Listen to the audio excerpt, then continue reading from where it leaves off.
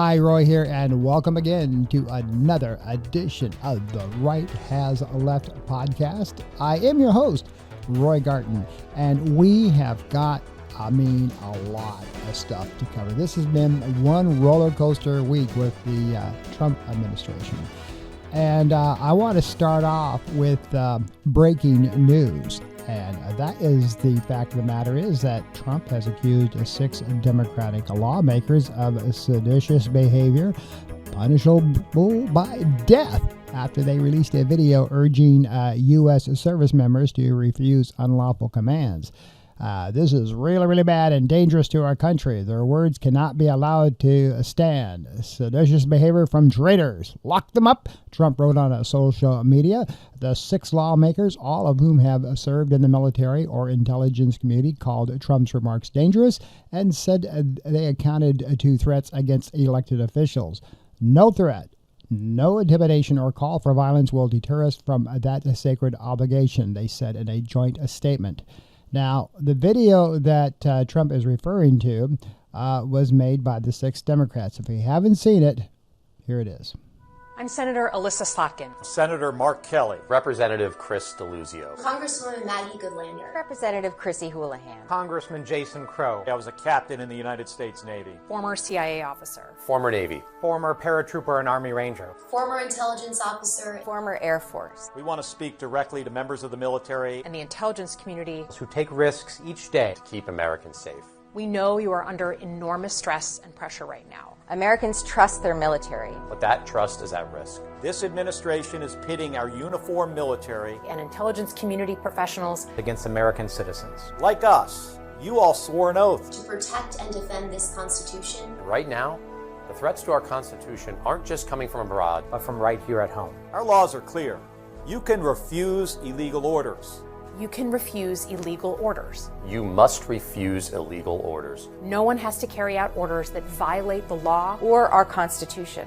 We know this is hard. And that it's a difficult time to be a public servant. But whether you're serving in the CIA, In the Army. Our Navy. The Air Force. Your vigilance is critical. and know that we have your back. Because now, more than ever, The American people need you. We need you to stand up for our laws. Our Constitution. And who we are as Americans. Don't give up. Don't give up. don't give up. Don't give up the ship.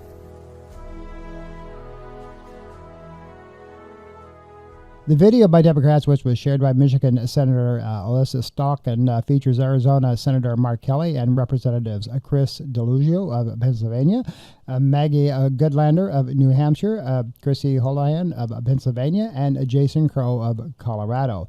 Senator Kelly, who served in the Navy and is a former astronaut, says, "Our laws are clear. You can refuse illegal orders. No one has to carry out orders that violate the law or our Constitution." The lawmakers said in the video, "This administration is pitting our uniformed military and intelligence community professionals against American citizens. It says, like us, you all swore an oath to protect and defend this Constitution. Right now, the threats coming to our Constitution aren't just coming from abroad, but from right here at home." The response from Trump on Thursday morning came in a series of posts on Truth Social. It's called seditious behavior at the highest level.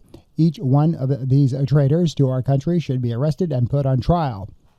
Their words cannot be allowed to stand. We won't have a country anymore. An example must be set, he wrote on one post on Thursday. He went on to say, "This is really bad and dangerous to our country. Their words cannot be allowed to stand. Seditious behavior from traitors, lock them up." And then in a third post, he wrote, "Seditious behavior punishable by death." Trump also reposted a Truth Social post that read, "Hang them. George Washington would have done that." At a press briefing on Thursday, White House Press Secretary Caroline Leavitt tried to walk all of those comments back, and she rejected suggestions that Trump was calling for the execution of members of Congress.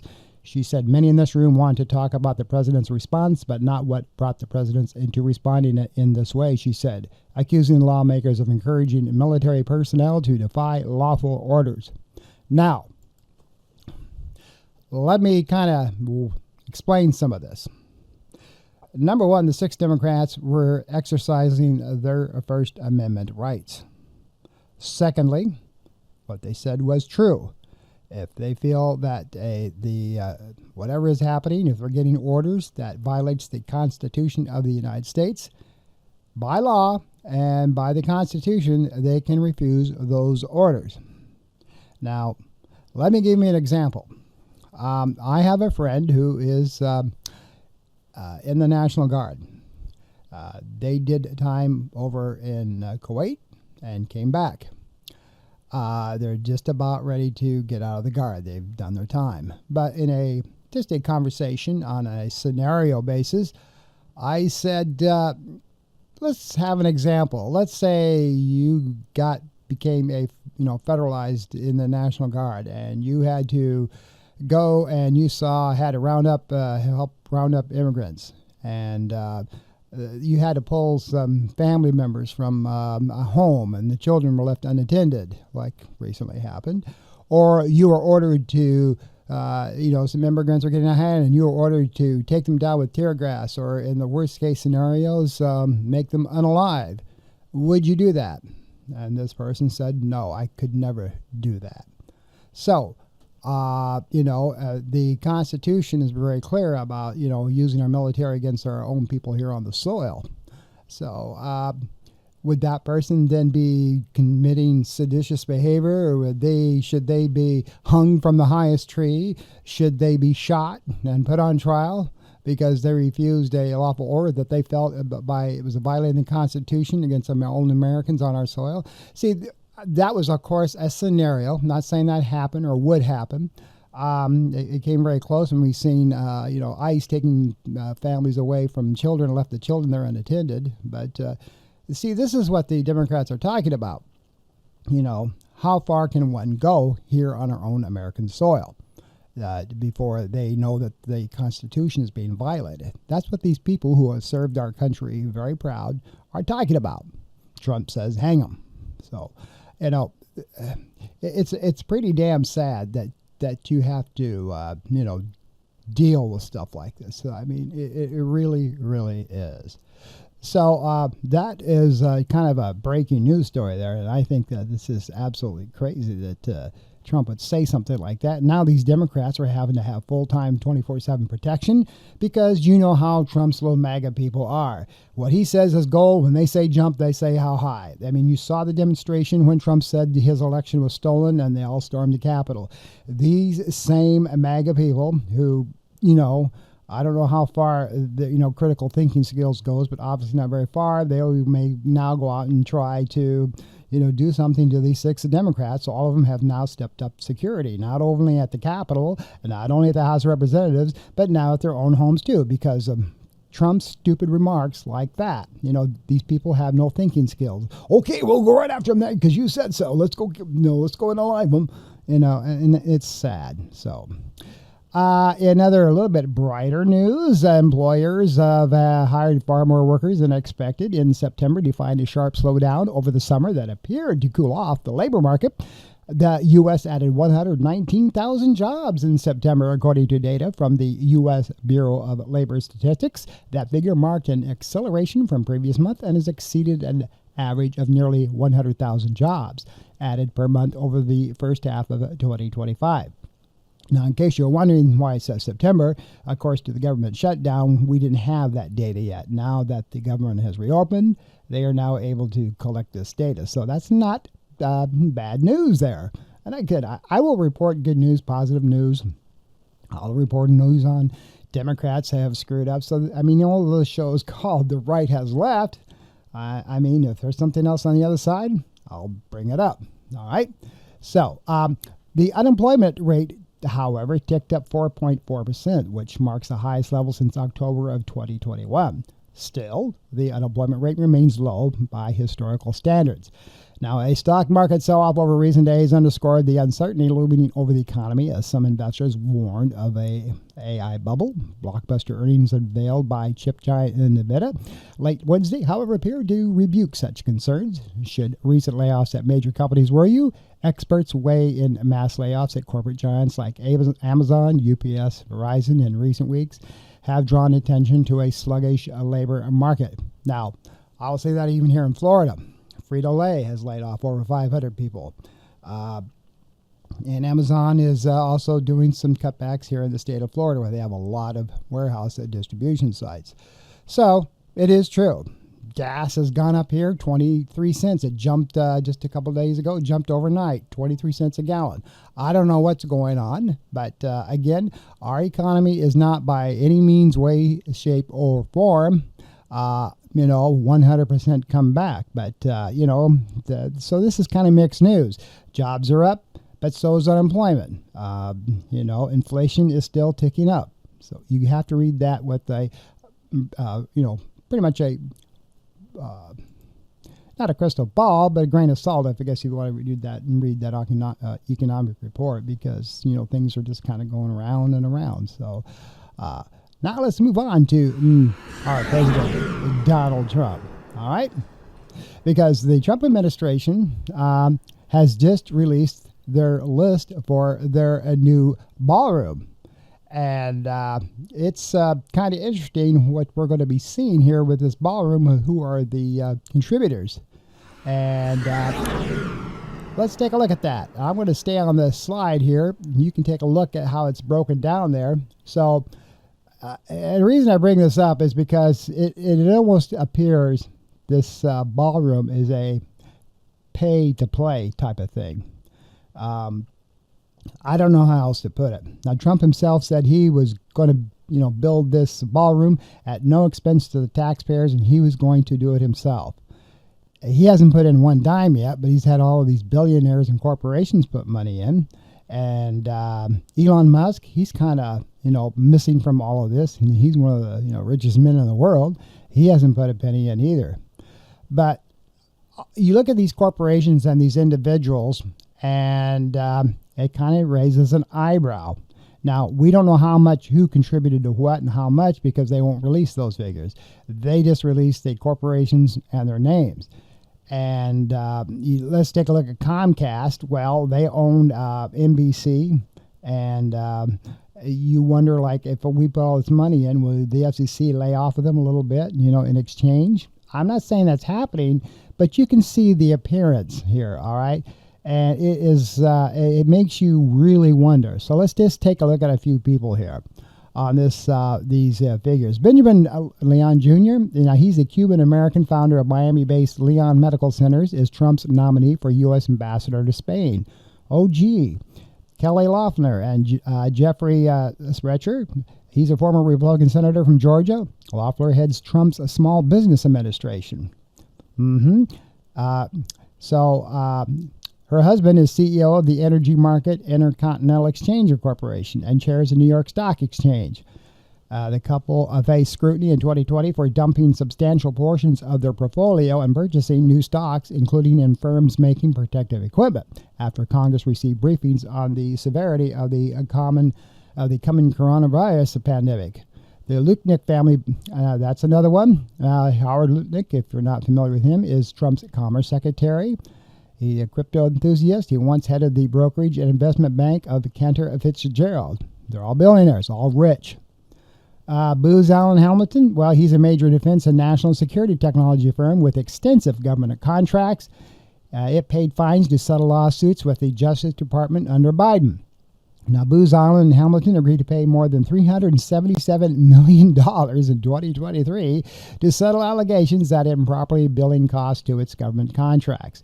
In January, it paid another nearly $16 million to settle allegations that it submitted fraudulent claims in connection with government contracts.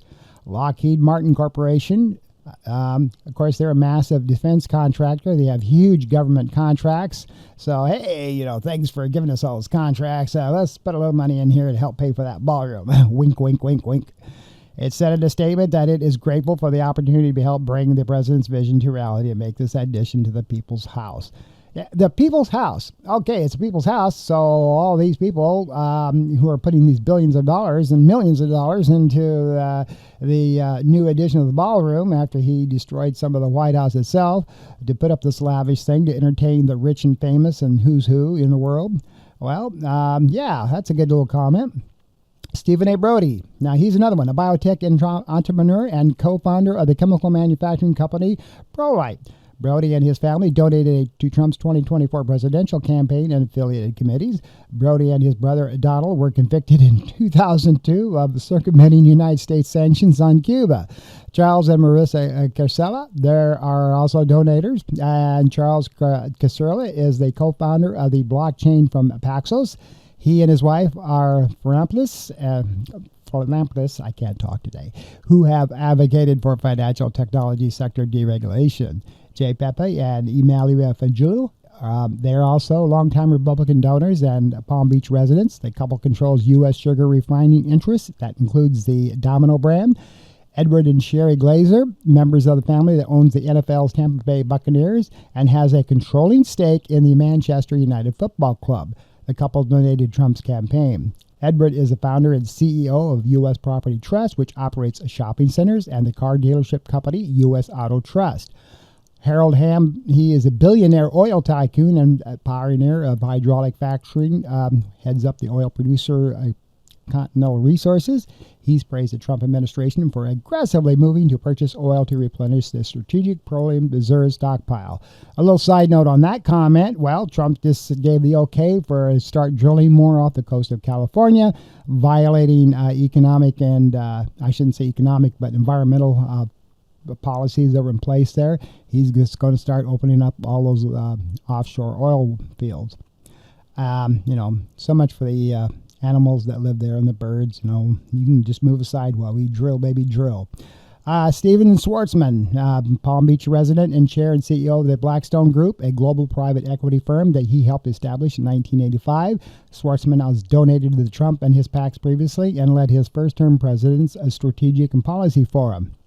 And I can go on and on here, but you can plainly see that there is a lot of money in this thing, all right? So you have to, again, when Trump leaves office and you've got this big lavish ballroom, I don't know what the next president's going to do with it, but there's going to be a lot of questions asked. These donations, you look at the people, you look at the money involved, and you just kind of say to yourself, is this a pay-to-play type of investment? Because you see all these corporations and stuff, and it's like,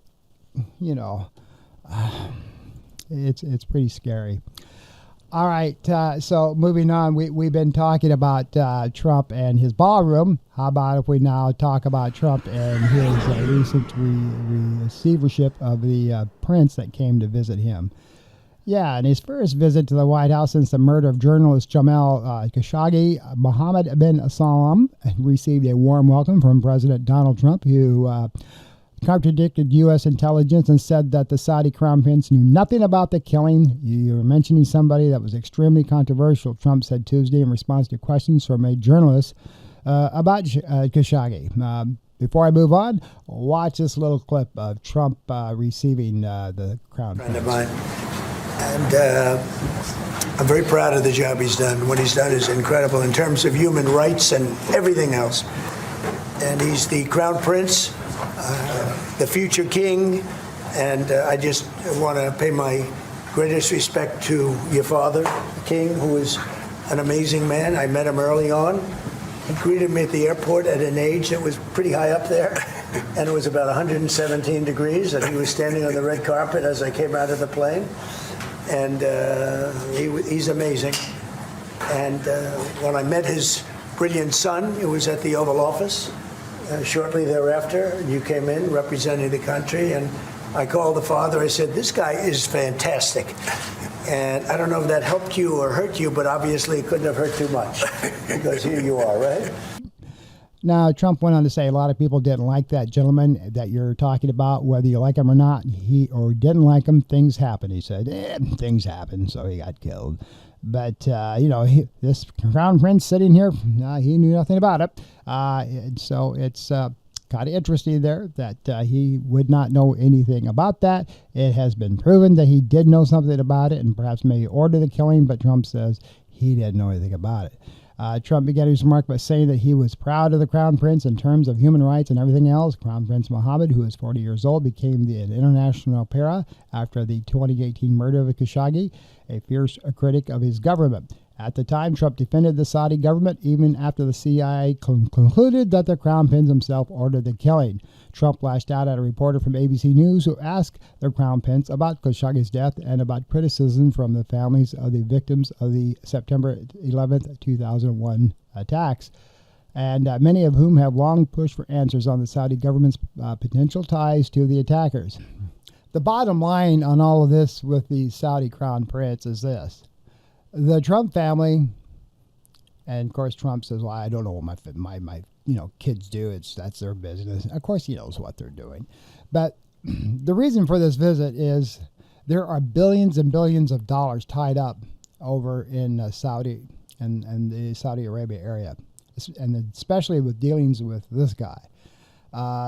Trump's son is, they're building hotels, they're getting land development over there, they're buying up property, and there are loans being handled, That's why this guy is here and why he showed up. I mean, Trump plays it off like it's relations with, we got to clean up our relations with the Saudis and blah, blah, blah, blah. And, again, just like with the ballroom, you don't have to be a rocket scientist to read between the lines of what's going on here. And so it's, and again with the Qatar jet, that's being refurbished in Texas, that was given to Donald Trump, the new Air Force One, that's costing billions to refurbish, and it was okay to take a gift, which it says right in in the bylaws for a president, they're not supposed to accept gifts like that, but he's gonna go ahead and do it anyway. So it goes. In other news, with James Comey. All right, yeah. So here's another little thing that's going on. The prosecuting attorney's office has had a lot of missteps, and now they're saying they've got more evidence. There might be more federal charges coming against James Comey. So they're looking into things like more things, him holding back more intel that he's not supposed to have. That's kind of happened, so they say, and they just have other things to do. The bottom line here now is, even though there's, they don't have any official charges against Comey, this thing, if it ever gets to trial, is going to probably be around 2027 or even before, after Trump leaves office, because of all the missteps. So a federal judge has ordered prosecutors to turn over to the grand jury materials today in the criminal case against James Comey after finding the government's handling of the case raises genuine issues of misconduct that could result in the charges against the former FBI director being dismissed. And so that is pretty interesting and strong things and stuff going on here. The federal judges are starting to get a little tired of the Trump administration. They've already ordered that the National Guard troops have to come out of Oregon. They've already ordered that the National Guard troops have to come out of Washington, D.C. A judge just ruled on that recently. And so, Trump has said, well, we'll just move them around. Now they're going to go into New Orleans. You notice that all these National Guard troops are going to Democratic strongholds. He's not sending them into Republican areas. They're all fine and dandy. They can do no wrong, but he's sending them to all the Democratic strongholds, these National Guard troops to hassle the immigrants that live there. It's kind of crazy stuff. President Trump said he's also talking with Democrats about a direct health care payment planned Sunday amid negotiations to tackle rising health insurance premiums. As you're well aware of, part of the deal of getting the big, beautiful bill passed was that the Democrats had some assurances about what they were going to do with what's called Obamacare and Medicare and Medicaid. And of course, they said, you just get this thing passed and we'll talk about that. We'll try to do something. So this is Trump's plan, direct payment plans. And he said he's had personal talk with the Democrats. He told reporters in West Palm Beach, Florida, on Sunday before returning to Washington, your tax dollars fly this guy back and forth every weekend from Washington, D.C. to Mar-a-Lago on your dime. And you can imagine the cost of Secret Service and flying that jet back and forth every single weekend just about. Now, the president did not name the Democrats he's been speaking to, but he said he's had talk with them about paying large amounts of dollars back to the people. The president has touted paying money from the insurance companies directly back to Americans and letting them purchase their own health insurance. Trump told reporters this past Sunday that everyone has picked up on the idea, including Democrats, saying that people love it. I don't know who he's talking to, that people love it, but that's what he said. And their stock is up over 1,000% over a short period of time. They're taking in hundreds of billions of dollars, and they're not really putting it back, certainly like they should. The president's comment comes as the Senate grapples with how to handle rising health insurance premiums now that the government shutdown has come to a close. Democrats blocked the reopening of the government for weeks, demanding that the Trump administration and GOP agree to extend subsidies under the Affordable Care Act, Obamacare, and that was set to expire at the end of the year. Without an extension, Democrats argue Americans will see their premiums rise, which is absolutely true. I already had a friend that has looked at his insurance for 2025, $900 increase, and he's just supposed to pull that out of his hind end, I guess, huh? So, without winning a concession from the GOP to extend the subsidies, retiring Senator Jeannie Shanahan, one of the 8, has led negotiations for a group of 10 to 12 Republicans and Democrats, but many GOP senators said they are opposed to the premium subsidies. A Senate aide familiar with the negotiations told the media that roughly 20 Democratic offices have put on feelers on a potential deal to extend the subsidies. So, there you go. You know, you've got to sit there and just ask yourself, you know, you all know that your premiums are going to skyrocket, and yet you're just kind of going, oh, well, you know, maybe some of you got, you know, you're making $100K a year and you just can go ahead and subsidize that and pay for it. You know, everybody in Congress, our House of Representatives and Senators, they don't have to worry about it because they've got health insurance for life and they don't pay a damn dime. You, the taxpayer, pay for their health insurance. But people like us who maybe are on Social Security or Medicare and your senior premiums go up and your Social Security increase is less than 1.5%, so it's not going to cover the increase of the health insurance. These people don't have anywhere to go. And Obamacare has also been kind of a lifeline for them. And you can't sit there and say, well, you know, you lazy poor person, you just got to have to deal with that and see what happens and go from there. And it's, you know, not much you can do about it. So, and excuse my phone ringing there in the background. So, but anyway, you see the point here. We got to do something with Obamacare and health care. Now, President Trump said on Friday he has sort of made up his mind when it comes to the next steps on Venezuela. That's another thing that's going on. All of our military surrounding Venezuela because they're bringing in all the bad drugs and stuff. And that is true. You know, we do have people there that is working with them as, and you know, some of these ships are bringing in the illegal drugs, and our military is sinking these boats out there, which a lot of people are saying in international waters. That's kind of a sign of war. And does the United States really have the right to do that in international waters like that? But, you know, he said he's held multiple meetings this week with senator and military officials, senior military officials, on potential military options the U.S. could take against the Caracas. I sort of made up my mind, which we don't know what that is. Trump told reporters aboard Air Force One when asked about the administration's potential actions against Venezuela. I can't tell you what it is, but we made up a lot of progress with Venezuela in terms of stopping drugs from pouring in, the president stated. Trump and one other senior officials have ramped up rhetoric against Venezuela President Nicolas Maduro, calling him an illegitimate leader and accusing him of being the head of drug smuggling network. Now, what we want to do here is make sure we don't get ourselves into another Vietnam. Now, you're going to say, what the hell are you talking about? Well, when he's already told everybody blank, you know, with full transparency that the CIA is in there. He may put boots on the ground in Venezuela to get this guy out of office. We don't know. But when you start talking military actions, you've got all of our ships and aircraft carriers out there. Now, I know that's kind of a show of force to make him, you know, think twice, and maybe he'll blink and, you know, concede and leave office. I don't know. But you got to be careful about stuff like this because these countries also have backing from other countries like North Korea and the Soviet Union, Russia, you know, I should call it Russia now.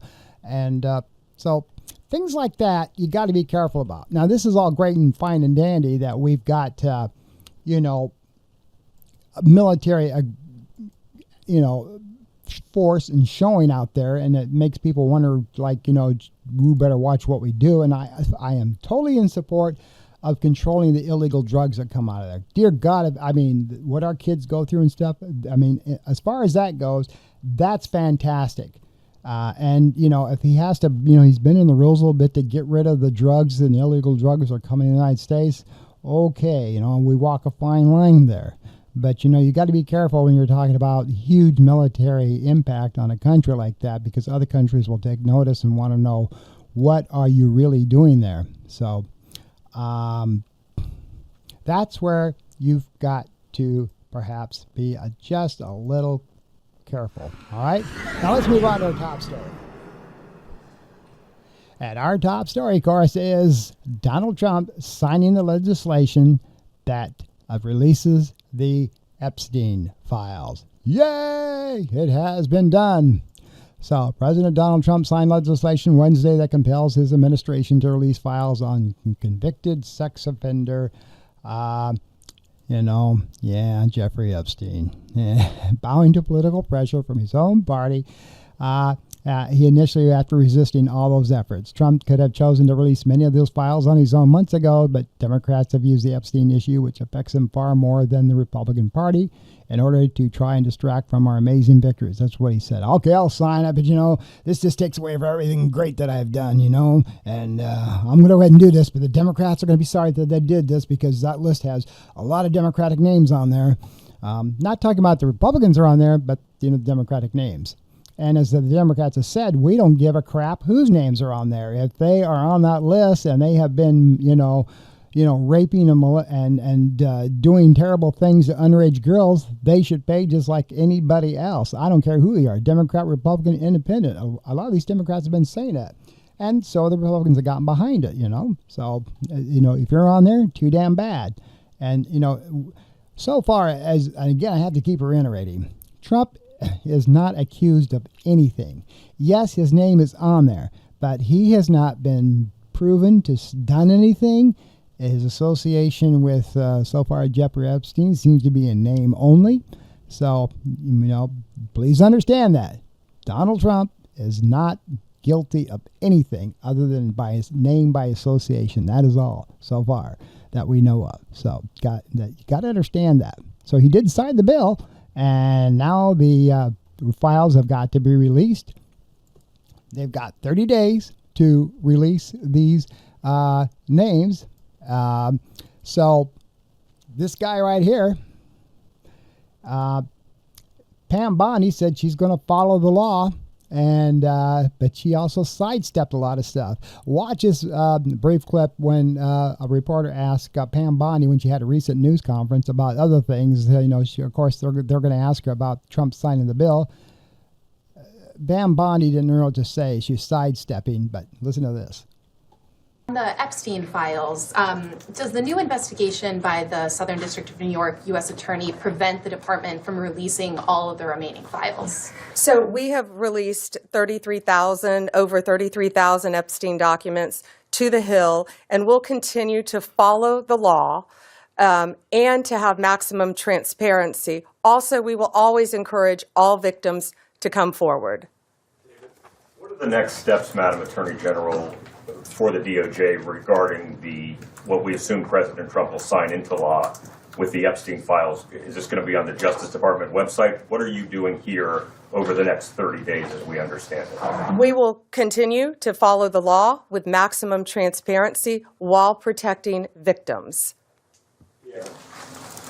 When you say follow the law, Madam Attorney General, do you mean that you will provide all the files by 30 days? We will follow the law. The law passed both chambers last evening. It has not yet been signed, but we will continue to follow the law, again, while protecting victims, but also providing maximum transparency. To that.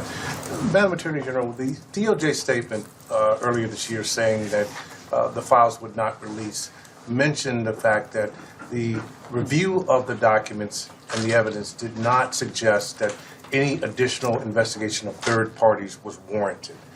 What changed since then that you launched this investigation? Information that has come for information that there's information new information, additional information, and again, we will continue to follow the law, to investigate any leads. If there are any victims, we encourage all victims to come forward, and we will continue to provide maximum transparency. And as you know, there's Pam Bondi going, bitty, bitty, bitty, that's all, folks. She didn't really know what to say, except we're going to follow the law. And also, there's been a lot of questions about Maxwell. Of course, she's in federal prison, supposedly, but, you know, she's been getting the Queen's treatment while in prison. You know, phone calls, food. She can order food however she wants. She's got a dog in there in her cell now that she can keep handy and pet and keep her at peace. So, you know, all of these things now on these Epstein files is going to really probably bring out what's actually going on and start naming names. Of course, as been proven by the DOJ, they're still going to black out the victim's name and also the loophole in all this. If Pam Bondi decides that she wants to start an investigation on whoever she chooses, then some of those files can be withheld because pending, quote unquote, investigation. So, you know, these victims who did a great rally and, you know, they did a lot of things that bringing the victims in and being able to sell this thing and get it approved. And Marjorie Taylor Greene, who was one of the congresswomen that supported these women, of course, she had more to say about Trump. Watch this. To the women standing behind me and all of the other survivors whose names you don't even know, but stand with these women. They are survivors, and they are strong, and they are courageous, and they are daughters of God. They are not victims.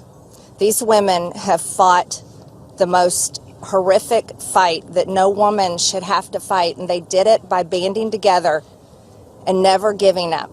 And that's what we did by fighting so hard against the most powerful people in the world, even the President of the United States.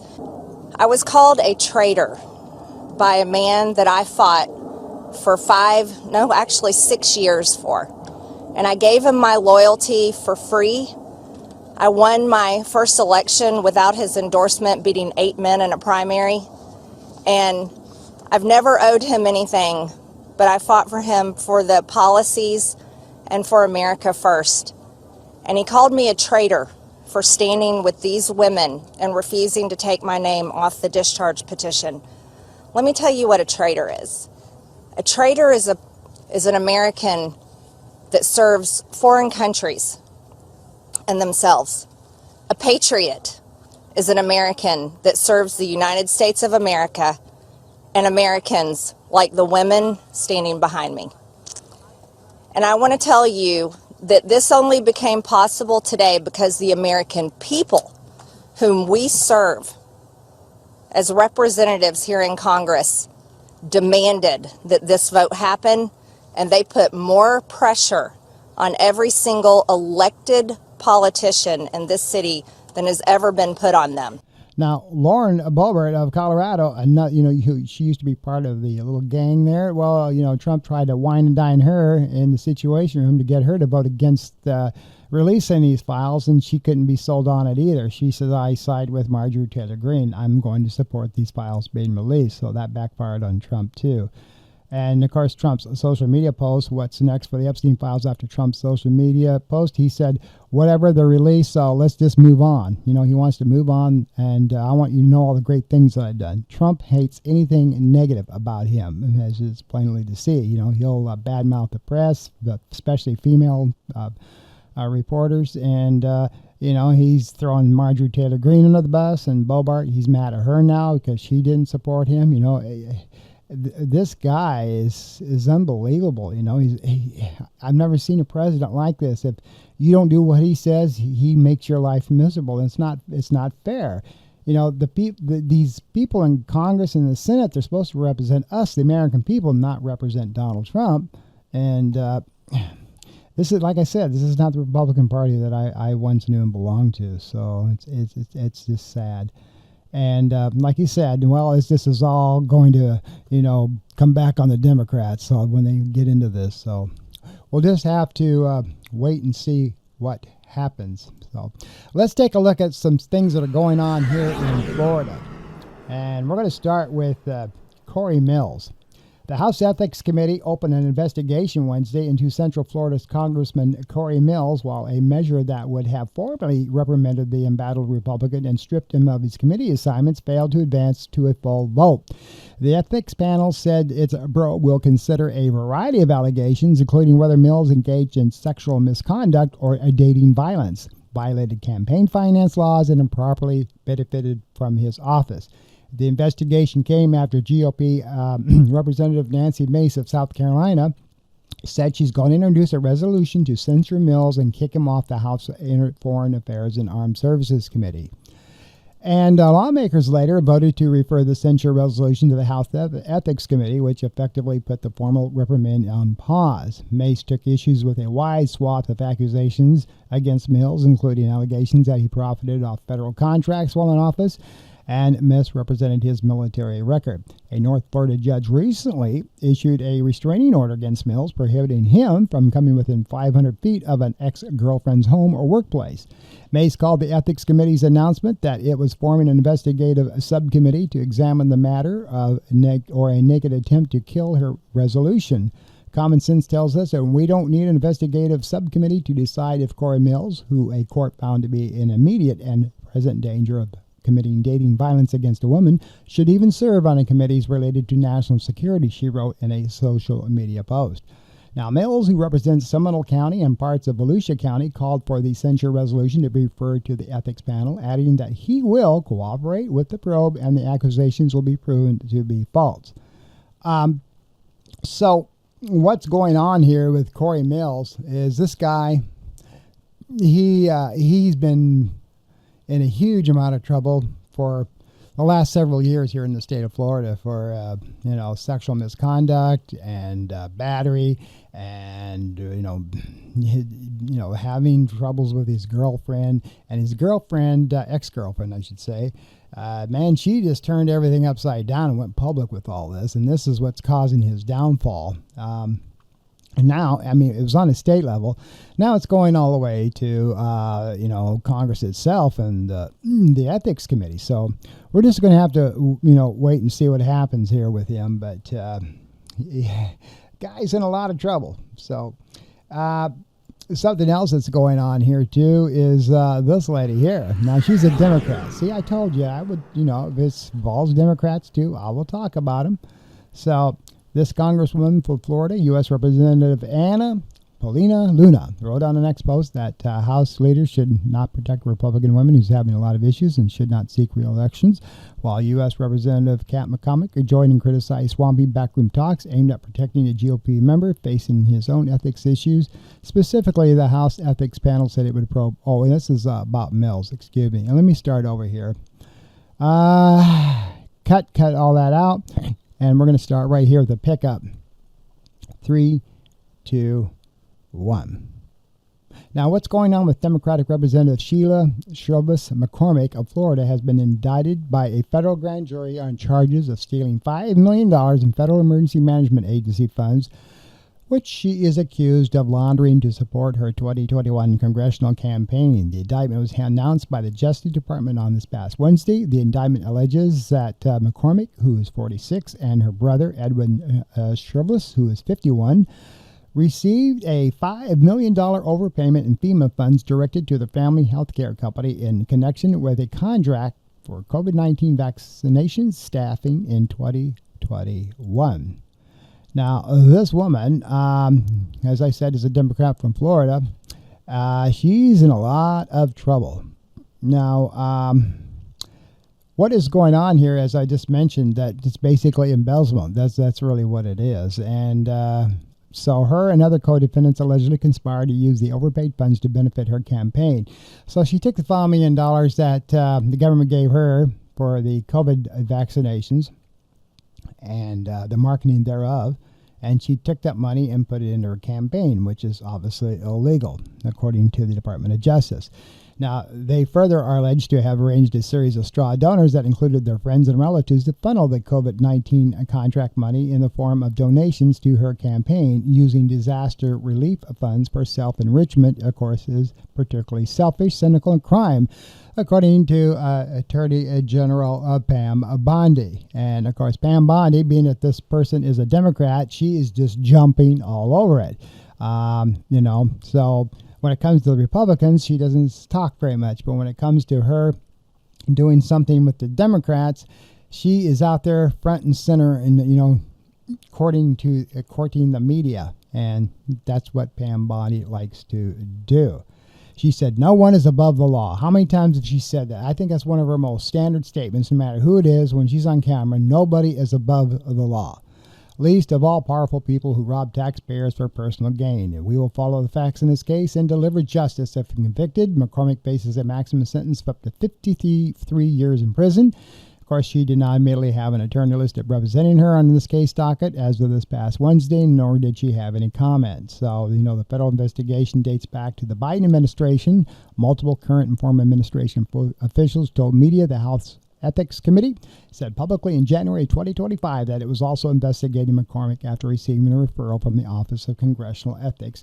And this was back in 2023. So, you got to be careful here, ladies and gentlemen, whether you're a Democrat or Republican. If you're doing wrong, you're doing wrong. So, all people are innocent until proven guilty, but it's not looking good for Miss McCormick, as it isn't looking good for Corey Mills here in the state of Florida. So to wrap things up, it's been a busy week, hasn't it? Yes, it has. And we're glad to get the Epstein Files released. How much of those documents will actually come to us, or we can actually read them in full? We'll have to wait and see. Like I said, the DOJ and Pam Bondi have 30 days to comply with the law, and that is the nice thing about this. There's nothing she can do about it unless she starts creating investigations, and if she does, that's going to come from marching orders from Trump, so they can withhold some documents. That hasn't happened yet. We don't know. But this is now law. All those documents have to be released. They can still censure the victims' names, but they're not supposed to censure anything else. It's supposed to be for everybody to see, and that's what even the MAGA people wanted. And now we all have that, thanks to the victims that stood up and fought for this, and God bless them for doing it. And we got to thank people like Marjorie Taylor Greene, who broke force with Trump and went out there and supported this, as did Boebert, and which we were all surprised by that, but she did it. So we'll have to see what happens. And that, ladies and gentlemen, is the Right House Left podcast for this week. I want to thank you for joining me. I look forward to your comments. Until next time, you try to have a good week. Take care.